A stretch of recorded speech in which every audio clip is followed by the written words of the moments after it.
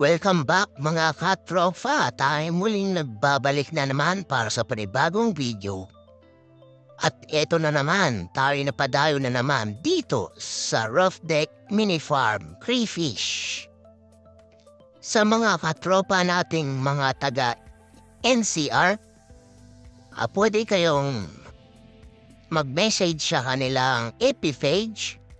Search nyo lang, Rough Deck Mini Farm. At agad-agad magre-reply sila sa inyo. At pwede rin kayong rekta mag-walk-in sa kanilang farm. Search nyo lang sa Waze or Google Map.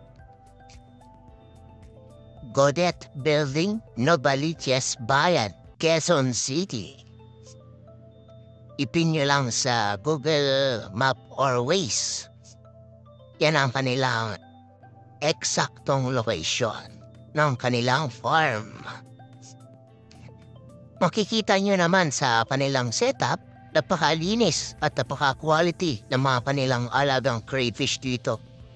Bukod pa dito napakamura din ng kanilang binibentang mga crayfish dito.